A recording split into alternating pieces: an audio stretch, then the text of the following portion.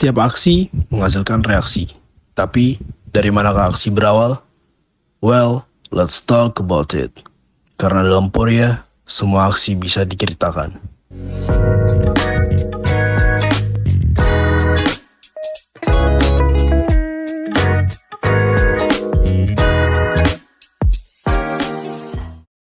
Halo teman-teman pendengar setia podcast Poria. Balik lagi di podcast kesayangan kita, podcast Poria di episode keempat yang akan menjadi episode terakhir di tahun ini. Tapi jangan sedih karena di episode ini kita bakal menampilkan diskusi yang menarik dengan topik yang edukatif, relatable, dan kontroversial. Betul nggak Yul? Iya betul banget nih Kun.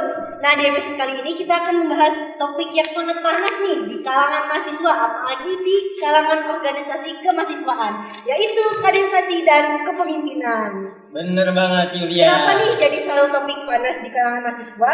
Karena kaderisasi ini dianggap penting untuk mahasiswa baru, tapi banyak sisi peloncoannya nih di kalangan mahasiswa baru.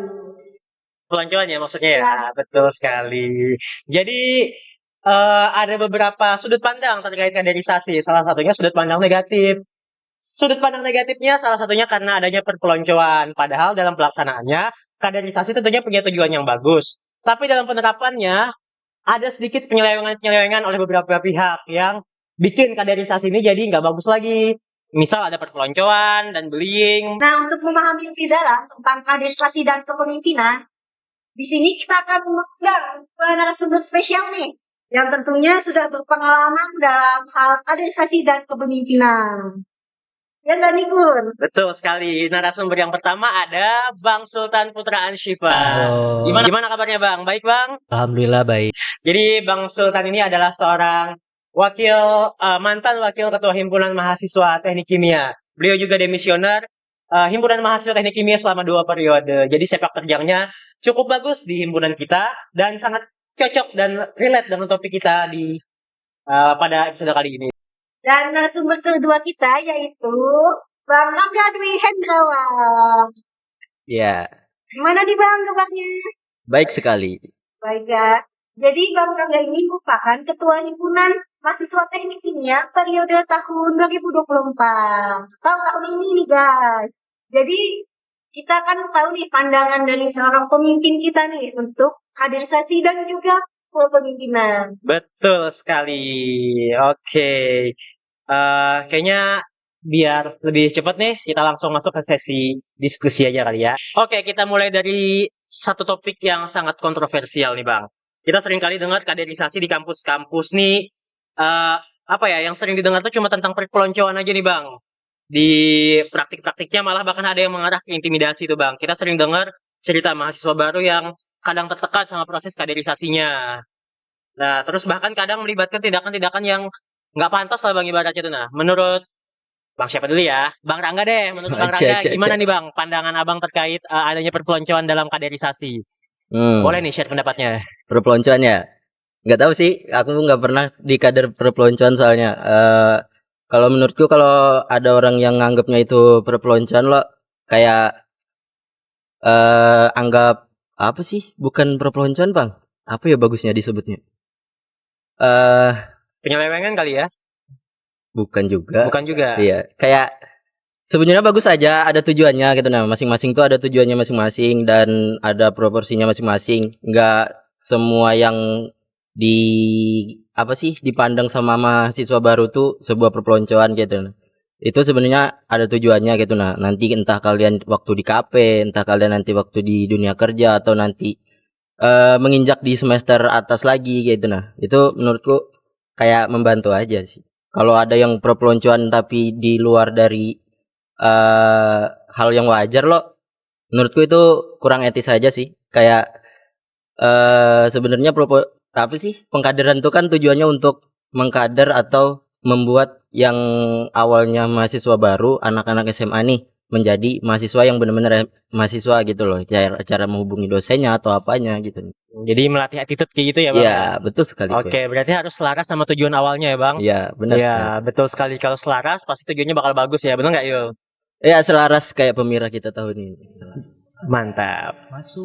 Dari kan stigma negatif soal perpeloncoan ini memang susah dihilangkan ya Bang ya. Iya. Padahal kan tujuan dari kaderisasi ini itu sendiri kan sangat mulia ya awalnya, yaitu membentuk mahasiswa baru nih agar menemukan rasa tanggung jawab serta jiwa kepemimpinan. Nah, menurut Bang Sultan sendiri nih, melihat isu perpeloncoan ini, apakah selama Pian menjabat dulu ada tantangan tersendiri untuk menjaga kaderisasi tetap berjalan tetap berjalan positif nih Bang? Tetap lurus gitu bang maksudnya bang, nggak melenceng gitu bang. Oke, kalau dari aku sendiri juga sama, aku nggak pernah merasakan perpeloncoan atau ejek-mengejek waktu kaderisasi. Dan menurutku kalau kaderisasi itu pasti treatment setiap angkatan itu beda, karena zamannya juga beda, apa yang sedang tren, apa yang diajarkan juga beda. Menurutku hal paling utama ya adalah bentuk komunikasinya sih yang diperbaiki. Mungkin karena terbawa tradisi atau mungkin melihat yang sudah-sudah, akhirnya kaderisasi itu dipandang jelek. Jadi menurutku yang mesti dihilangkan tuh bukan kaderisasinya, tapi kayak gimana caranya biar bentuk kaderisasinya tuh bisa beradaptasi dengan mahasiswa yang ada. Kayak gitu sih. Oke, berarti dari komunikasinya sendiri ya Bang? Ya, komunikasi Bagaimana dulu. kita menyalurkan nih komunikasi dari kaderisasi ini atau penyampaiannya ke mahasiswa baru gitu ya Bang? Ya, betul. Betul sekali. Berarti dari pengalaman dua abang-abang sekali ini di Tekim ini berarti nggak ada kan bang perpeloncoan dari pengalaman abang-abangnya? Kalau selama aku di kader ya nggak ada sih. Kalau bang Sultan? Iya sama, selama aku di kader dan mengkader menurutku nggak ada perpeloncoan sama sekali. Ya betul sekali. Saya juga nggak pernah ngerasain sih Iya, perpeloncoan. sama sih. Kami berdua juga nggak. Oke, kita bahas tentang tadi Bang Sultan ngebahas tentang cara-cara kadernya harus benar. Menurut pandangan Bang Sultan sendiri, gimana sih cara kaderisasi yang benar itu? Oke, pertama kaderisasi itu kan dua komponen ya, yang mengkader sama yang dikader. Jadi menurutku selama yang mengkadernya belum benar, gimana ngajarin ke yang dikader gitu. Jadi menurutku ya perlu ada pembekalan juga dari pihak yang melakukan kaderisasi, bagaimana cara kan kaderisasi ini mengubah pribadi orang, nggak juga mengubah sih, maksudnya memperbaiki dan mendisiplinkan. Jadi menurutku hal paling mungkin untuk dilakukan ya kita harus mencerminkan perilaku tersebut gitu. Karena menurutku kalau kita cuman berkomunikasi tapi mereka nggak lihat aksinya secara langsung, ya mungkin menurut mereka kaderisasi ya cuman namanya cuman fabricated gitu, namanya cuman dibentuk doang, pas ada maunya doang, pas ada sesuatu doang baru mereka muncul jiwa kadernya gitu. Menurutku kayak gitu sih. Yang penting yang kadernya dulu udah benar, baru nanti coba untuk ke mahasiswa yang ada di bawah. Jadi ini hubungannya kayak antara guru sama murid gitu ya? Ya, ada pepatah guru kencing berdiri, murid kencing berlari. Jadi kalau misalnya mau ngajarin yang baik, harus dimulai dari yang mengajarkan dulu. Kalau enggak malah lebih parah nanti ya jatuhnya ya. Betul. Setuju nggak Yul? Setuju banget nih Kun. Oke. Jadi buat teman-teman pendengar podcast, jadi harapannya nih bisa berstatement lah kalau jangan takut soal pengkaderan, karena ini sangat membantu kita nih buat beradaptasi atau peralihan nih dari masa SMA ke masa kuliah begitu ya teman-teman. Jadi jangan takut untuk kawan-kawan yang akan menghadapi pengkaderan, ya nggak sih Bun? Betul sekali, karena dari awal sudah kita bahas tujuan pengkaderannya baik selama kegiatan pelaksanaannya juga baik. Nah, setelah tadi kita membahas tentang stigma buruk tentang pengkaderan, sekarang kita beralih nih ke sisi positifnya. Tentu saja, selain untuk memperkenalkan mahasiswa baru pada lingkungan kampus, kaderisasi juga punya nilai-nilai positif nih yang ingin ditanamkan, terutama untuk mempersiapkan mahasiswa baru menghadapi dunia perkuliahan tentunya. Benar nggak nih Bun? Betul Yul, mungkin banyak dari kita yang masih bertanya-tanya nih, sebenarnya apa sih tujuan dari kaderisasi gitu Bang? Apakah ini cuma kayak tradisi yang turun-temurun tiap angkatan gitu aja Bang? Atau ada goals kah yang memang benar-benar tercapai gitu Bang? Pian kan sekarang sebagai ketua himpunan mahasiswa nih, boleh nih ngasih pandangan tentang apa sih goals yang lebih spesifik ya tentang kaderisasi sendiri itu gimana Bang? Boleh nih share pendapatnya. Ya, untuk masalah goals atau yang harus dituju, apa yang dituju dari pengkaderan tuh lah, kalau menurutku banyak sih kayak tujuan-tujuan dari pengkaderan selama ini tuh nah, kayak kalau misalkan kita semester atas kan kita nanti akan menghadapi yang namanya praktikum-praktikum, terus penelitian. Kalau di Tekim kan ya, kita bahas Betul, Tekim betul. aja nih. Terus ada KP, ada TA dan lain-lain lah. Jadi menurutku dengan adanya pengkaderan tuh kita bisa memanage semua itu dengan enak gitu nah. Kayak lebih nggak keteteran misalkan kalian jalani praktikum nggak keteteran, terus kita juga bisa sharing sama kakak-kakak tingkatnya yang mengkader kita kayak apa caranya bisa survive di Tekim sampai ST kayak gitu nah. Terus nanti ada organisasi apalagi kita Hima Tekim kan apa tuh Yus? Estafet. Nah, itu dia.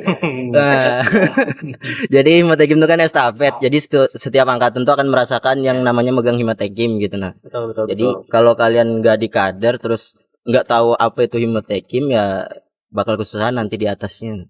Betul sekali. Berarti tujuannya tentang gimana kita bisa manajemen gitu juga ya, tentang gimana kita bisa terbiasa tentang pressure-pressure yang ada di Tekim gitu. Betul Jadi sekali. intinya tentang membiasakan diri. Ingat itu, membiasakan diri. Betul nggak Yul? Ya bener banget nih Pur.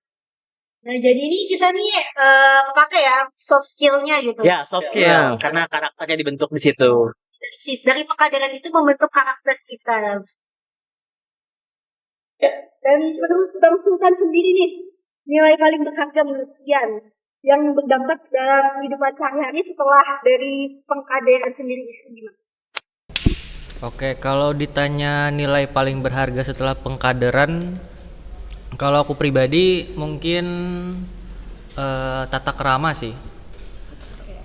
Maksudnya tuh gini, eh, dunia SMA sama dunia kuliah kan jauh berbeda ya. Bagaimana cara kita berkomunikasi dengan dosen, bagaimana cara kita berkomunikasi dengan kakak tingkat, nggak apa ya serta merta kayak kita bisa apa ya, bisa kayak di SMA gitu. Jadi menurutku bekal yang bagus banget buat dibawa setelah kaderisasi ya tata krama, bagaimana cara kita bergaul dengan yang lebih tua, bagaimana cara kita mengayomi yang lebih muda, itu semuanya menurutku kalau bisa di deliver dengan baik di kaderisasi dampaknya bakal besar banget sih. Jadi yang paling utama tuh menjadi apa ya tata krama ya bang ya antara kita ke kating yang lebih tua mungkin ya senior lah dengan yang junior begitu. Benar sih bang. Jadi dari sini kita kan juga menanamkan apa ya kepemimpinan dan juga rasa tanggung jawab gitu ya bang ya. Ya betul. Betul sekali. Jadi teman-teman yang mendengar mungkin bisa punya sudut pandang yang lain ya, bisa lihat kaderisasi dari sudut pandang positif gitu. Karena memang banyak sekali manfaat yang bisa kita dapatkan. Mungkin kalau misalnya sekarang belum terasa, di kedepannya mungkin akan dirasakan. Misal di semester-semester atas, atau di dunia kerja nanti mungkin tentang gimana kita bisa manajemen waktu, atau manajemen suatu orang-orang, terus bagaimana kita bisa memimpin suatu kelompok dan hal-hal yang seperti itu. Nanti kedepannya kita bakal kepake pastilah istilahnya gitu. Betul nggak Yul? Nah, betul banget. Jadi kaderisasi ini bukan cuma formalitas ya atau tradisi belaka. Juga ada tujuan tersendiri nih untuk membangun karakter kita ke depannya untuk menghadapi bagaimana nanti kita menghadapi dunia perkuliahan dan juga di dunia kerja. Nah, itu saja yang penting. Betul sekali. Kalau dari pengalaman Bang Sultan atau Bang Rangga nih, Bang siapa ya? Bang Rangga dulu deh. Kira-kira udah ngerasain belum manfaat dari kegiatan kaderisasi itu? Sangat bermanfaat ya buatku karena pengkaderan juga aku mau membuktikan kalau aku bisa jadi kahim. Ya, jadi karena pengkaderan kita tuh ada apa sih namanya? Penilaian-penilaian lah ya, karena aku ada sedikit trouble kemarin waktu pengkaderan karena nggak ikut salah satu rangkaiannya. Jadi menurutku nggak ikut salah satu rangkaian tuh bisa aja karena kita bisa sharing-sharing sama apa sih namanya orang-orang yang mengkader kita tuh nah. Pokoknya intinya di pengkaderan tuh jangan takut sama orang-orang yang mengkader kita lah. Kayak kita bisa dapat banyak ilmu dari teman-teman yang mengkader kita gitu nah. Itu sih menurutku kayak jangan takut aja. Ya, jangan takut tapi still respect. Iya, betul. Betul sekali, respect yang penting. Kalau Bang Sultan gimana Bang? Pengalaman apa sih selama di kader yang ternyata membawa kesan atau ternyata emang kepake gitu manfaat dari kadernya selama di Tekim nih Bang? Oke, kalau aku sebelum kader mungkin ya dari yang kurasakan di SMA sama di kuliah itu sebelum aku di SMA kan aku orangnya tidak terlalu bersosial dengan baik gitu nah. Aku mau punya banyak teman cuman aku nggak tahu caranya. Nah, setelah pengkaderan yang aku rasakan ya bagaimana kita bisa menyampaikan komunikasi dengan baik ke kakak tingkat, ke adik tingkat, ke dosen. Itu semuanya diajarkan di kaderisasi dan akhirnya aku pelan-pelan bisa apa ya? Membranding diriku, berusaha menyampaikan apa yang aku pengen itu akhirnya bisa disalurkan setelah dapat bantuan dari kaderisasi gitu. Jadi apa ya? Ibaratnya koneksiku ke kakak tingkat juga makin banyak, terus keakrabanku juga dengan adik tingkat juga makin banyak. Jadi lingkungan kuliah tuh nggak melulu soal belajar gitu. Dasarnya juga Ya. Berarti Bang Sultan dapat manfaat nih. Beliau bisa improve diri lebih bagus, lebih Ya, baik, betul. dapat kemampuan komunikasi yang lebih matang lagi karena itu kegiatan kaderisasi. Terus kita tadi nyinggung tentang dunia kerja kan? Bener banget nih. Ya betul. Kayaknya kita perlu tanya deh relevansi antara kaderisasi sama dunia kerja ini gimana? Abang-abang meskipun belum kerja tapi udah pernah magang kan Bang? Ya mungkin dari Bang Sultan nih yang pasti udah pernah magang nih ya. Iya, konsultan sudah. Ya, jadi menurut dia sendiri nih, penerapan kaderisasi itu terjadi nggak sih Bang di tempat Pian kerja praktek kemarin? Kepake nggak nih? Oke, kalau aku sendiri jujur kepake banget sih karena kayak gini. Dari lingkungan yang sudah kita kenal kan kita pindah nih ke lingkungan yang belum kita kenal. Nah, di kaderisasi kan kita udah pernah diajarin gimana transisinya dari SMA ke kuliah, apa yang boleh dilakuin, apa yang nggak boleh dilakuin. Nah, jadi saat kita pindah ke perusahaan misalnya atau kerja praktek, itu kan semua yang kita udah diajarkan itu kita ingat kembali gitu namanya. Nah, jadi apa yang udah diajarkan, bagaimana cara komunikasi ke pembimbing di sana, bagaimana cara menghubungi beliau. Ibaratnya sesimpel kalau nggak ini aku bilangnya anggaplah kalau kita tuh nggak pernah diajarin kalau misalnya malam itu harusnya jam orang istirahat dan nggak boleh kita ganggu misalnya. Kalau itu nggak disampaikan di kaderisasi misalnya, dan banyak orang yang nggak tahu, ibaratnya kita bawa budaya itu kan nama prodi yang jelek jadinya. Menurutku itu sangat penting sih. Jadi benar-benar kepake ya Bang ya. Ya. Apalagi kan dari tata krama yang Ya. tadi ya Bang. Jadi sangat kepake nih di dia kerja ternyata di Kun. Ya, selain tata krama kayaknya ada deh yang lebih relevan. Seperti kolaborasi, terus ke kemampuan making decision, mungkin juga kayaknya kepake kan Bang? Ya, Di dunia kerja. kalau aku mungkin menitik beratkan di tata krama karena menurutku tata krama tuh awal mula dari kita bisa sampai ke making decision, dibantu sama ahli-ahli di sana. Maksudku gini loh. Misalkan kita datang ke sana, kita udah tahu tata kramanya gimana, ibaratnya orang yang menyambut kita pun pasti baik sama kita gitu. Betul. Dan akhirnya itu membuka pintu ke banyak hal, misalnya tadi cara making decision di perusahaan atau mungkin keahlian khusus di perusahaan yang perlu kita latih, itu semua akhirnya terbuka gara-gara satu hal aja yang kita pelajarin di kaderisasi, yaitu tata krama. Betul sekali. Intinya tata krama bos. Ya, intinya tata krama nomor 1 ya teman-teman. Ya, betul. Nomor 2. Itu. Nomor 1 Tuhan. Nice. Lucu juga lahir kita ini. boleh. Oke, jadi karena kaderisasi ini bisa dibilang Bang Sultan jadi lebih siap ya buat menempuh tantangan baru dalam hidup kayak kerja praktek tadi atau nanti waktu sudah lulus bakal kerja nanti kayaknya bakal lebih siap gitu ya karena kaderisasi. Betul. Ya, kayaknya bukan cuma Bang Sultan sih, kita juga kayaknya bakal dapat manfaat dari kaderisasi. Kalau menurut Bang Rangga sendiri Bang, kan menghadapi mungkin karena beliau ini kan sangat banyak ya bertemu dengan para terpetinggi di Fakultas Teknik tentunya. Itu benar-benar kepake banget dari Bang. Setelah menjadi ketua nih kayak, oh iyalah jadi kepake banget nih menghadapi Pak Dekan. Mungkin yang paling sering nih sama Kapoldi kita. Itu menurut kalian gimana tuh Bang? Ya, untuk masalah menghadapi para petinggi ya. Ya sama kayak Bang Sultan tadi sih, kayak kita kalau ngomong sama orang yang lebih tua, bahkan jauh lebih tua dari kita, ya tata krama kita harus dijaga. Terus kalau misalkan beliau-beliau tuh mintanya A dan kita maunya B, ya kita cari jalan tengahnya lah bareng-bareng. Ya Betul itu sekali. sih, kayak banyak sih manfaat pengkaderan tuh. Jadi kalau yang di KP tadi nih kan, karena aku belum KP, nanti Januari lah baru KP insyaallah. OTW ya Amin Bang? dulu, OTW. amin dulu. Ya. Amin. Ya, jadi kalau aku dengar dari teman-temanku tuh kayak di KP aja salah sedikit aja tuh bisa dimarahinya sampai kayak gitu loh. Jadi kalau misalkan kalian di kader terus salah, dimarahin sama kakak tingkatnya, terus ngelapor ke orang tuanya, baik gak usah kerja. Bener, bener kayak gitu. Nah, masa nanti di kerjaan kalian lapor ke orang tua, terus Ya, orang betul. tuanya datang ke bos, ya kalian lah dipecat. Ya, intinya bikin terbiasa gitu Ya, bikin terbiasa aja lah kalau Terbiasa. pengkaderan. Tuh, jadi nggak kaget lagi lah istilahnya gitu. Jadi intinya jangan sedikit-sedikit lapor ya Bang. Iya, Kalau betul. sedikit kan. Sebenarnya kan apa ya? Kita tuh menanamkan biar mereka terbiasa. Jadi nantinya nggak kaget nih gitu kan ya Bang. Betul. Karena yang di depan sana akan lebih keras banget. Karena kerjaan kita kayak gitu juga. Bersiaplah.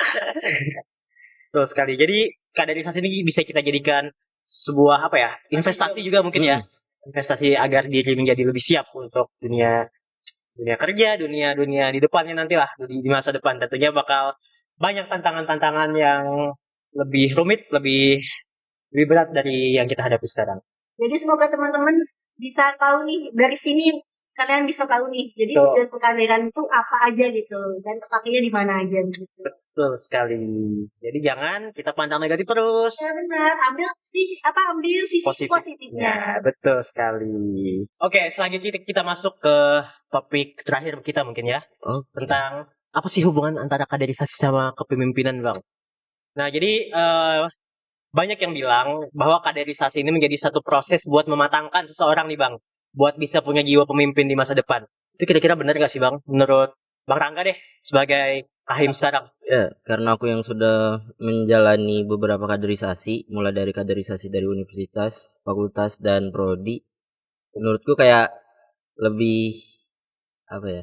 Bener sih, kayak mematangkan suatu calon pemimpin gitu. Nah, karena kita dengan adanya pengkaderan itu bisa lebih tahu lah kayak isi organisasi kita atau apa, terus cara mengatur orang tuh gimana. Dan di pengkaderan tuh kan biasanya kita bakal ada yang namanya kelompok-kelompok kan.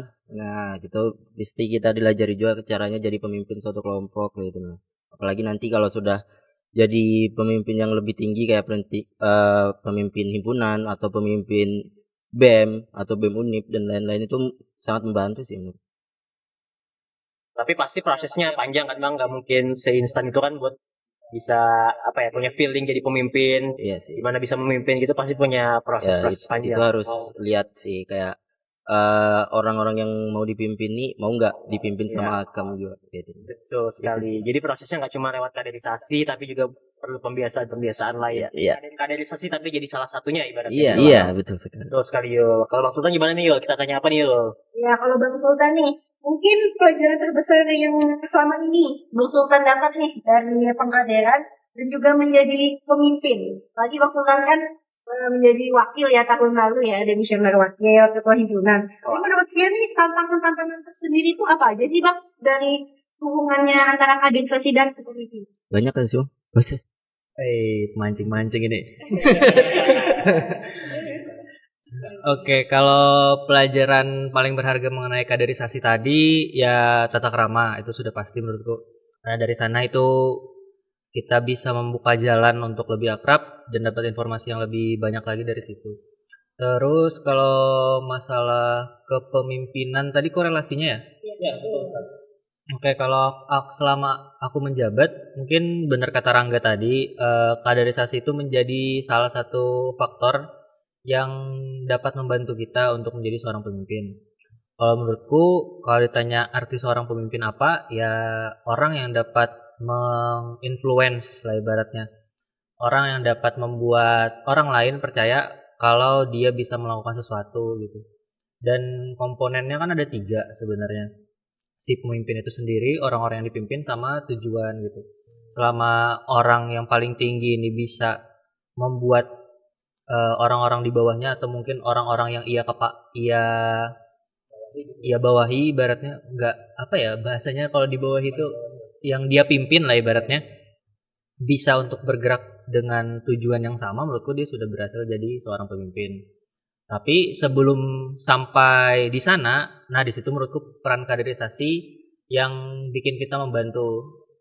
Maksudnya gini, kita sebelum bisa memimpin orang lain ya berarti kita harus bisa memimpin diri sendiri. Nah, mulai dari bagaimana kita memanajemen waktu, seperti yang sudah dijelaskan di kaderisasi gitu. Terus juga kalau manajemen waktunya udah benar, belum tentu kan manajemen emosinya udah benar. Pasti kalau kita menjadi seorang pemimpin, ibaratnya pasti ada anggota kita yang nanti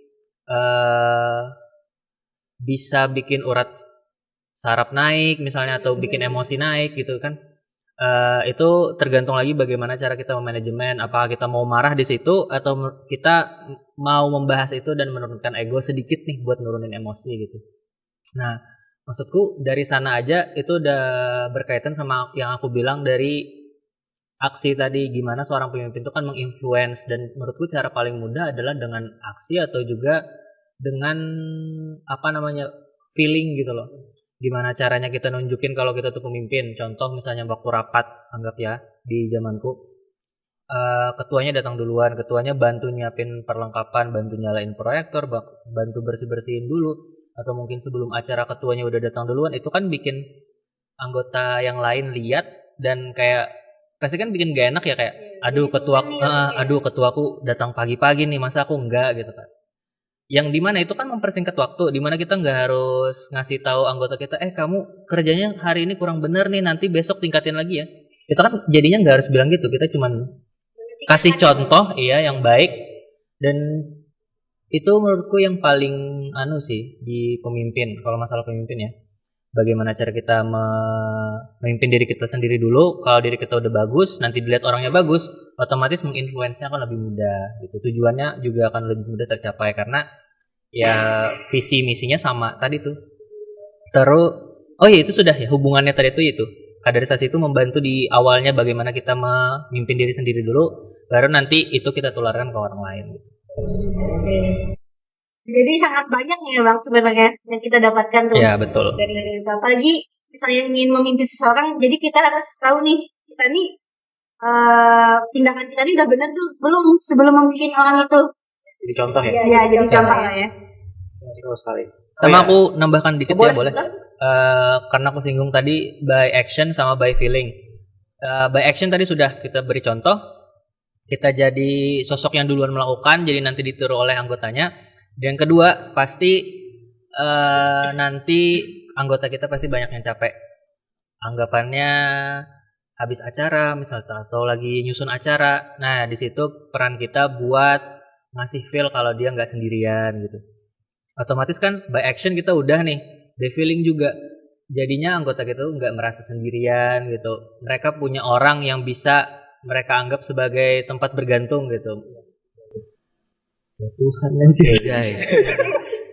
Maksudnya tuh mereka punya tempat buat berkeluh kesah lah anggapannya. Betul sekali. Nah, Jadi kayak nggak merasa kayak beban kelompok sendiri gitu. Ya nggak merasa ngerjain sendiri. Betul. Ngomongin pemimpin nih Bang, ini kebetulan sebentar lagi akan ada pemilu raya. Bang. Kira-kira nih Bang, untuk jadi pemimpin tuh tadi kan sudah disinggung tentang feeling dan action. Saya mau bicara tentang idealis dan realistis nih Bang. Ya. Kadang ada pemimpin yang punya visi atau tujuan atau misi yang sangat bagus nih Bang.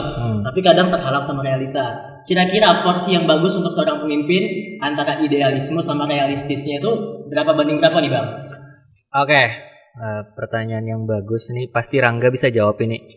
Nah, mungkin aku dulu, nanti habis itu mungkin bisa Rangga menambahkan. Kalau dari aku mungkin nggak ada presentasi yang pasti untuk itu, karena menurutku nggak bisa juga kita matematikakan gitu mengenai ini. Ini kan masalah pengambilan keputusan.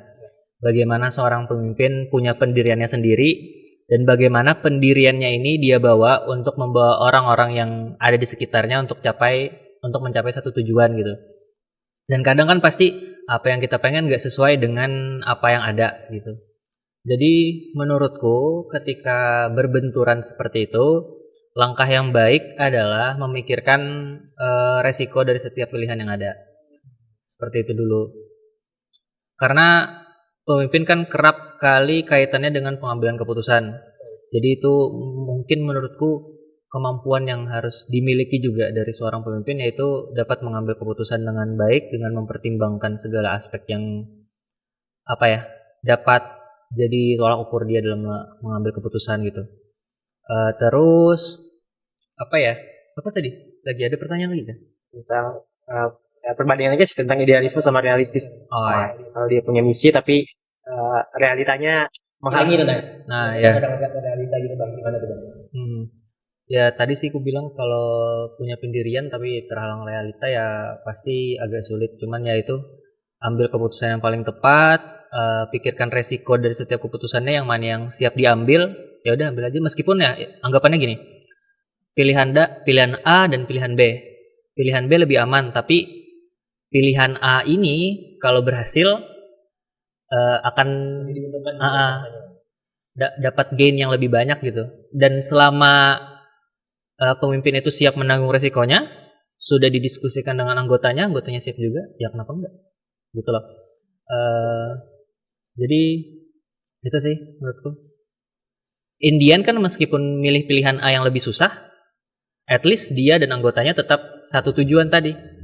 Nah jadi senang bersama, susah ditanggung bersama juga.